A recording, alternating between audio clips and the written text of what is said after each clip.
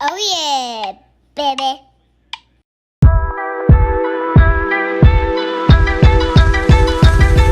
You talked about Ephesians. Whenever I started this podcast, I came close to, I think it was like the day before I dropped the first episode, I was going to call it the Ephesians 6 podcast because, the full armor of God, Ephesians 6, 10 through 17. Yeah, right. That was big for us growing up. And we say that with our kids every night before they go to bed. But then I was reading in the book of Acts chapter 4, verse 13, where Peter and John are in the synagogue preaching. And, I'm just a truck driver. I didn't go to seminary or anything like that.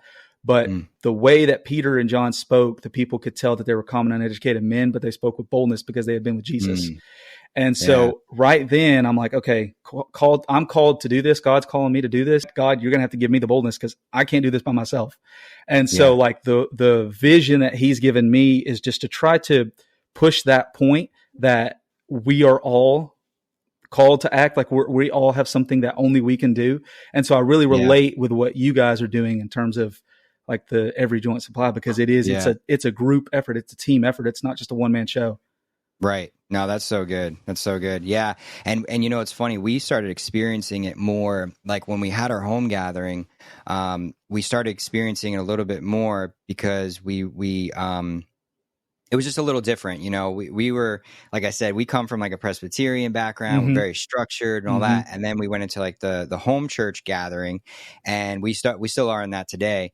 And it's much more, it's different, because it's really more of like facilitating, and people, like, it's guided, like elders guide, but at the same time, like, people speak up, and you really start seeing some gifts come out in people. And we've watched people get born again on the spot, healed on the spot. People just that have been walking with the Lord for so many years, and then all of a sudden, like, something like, I don't know, I guess born again, I don't really know, but it's just all of a sudden they're just like growing, and we're like, what happened?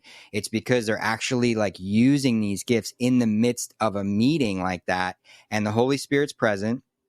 And it's just amazing, So when we started seeing that, that's where it really started to kind of project. We're like, wow, we really got to get this like to more people. We got to, so people can see that. So we're linked up with a few different like missionaries, even locally, that basically that what their thing they do here is they just make disciples, right? So we're really all about just meeting people, making disciples, and then they just go and they start home churches, or they start little gatherings. They say, listen, you have a friend, you have a cousin, you have a mom or dad, whoever, invite them, start a Bible study with them. So we have like structured ways to even like start Bible studies with people. So it's very simple. It's called like DBS. So it's a Discovery Bible Study. So it's a very simple way that really anybody can do.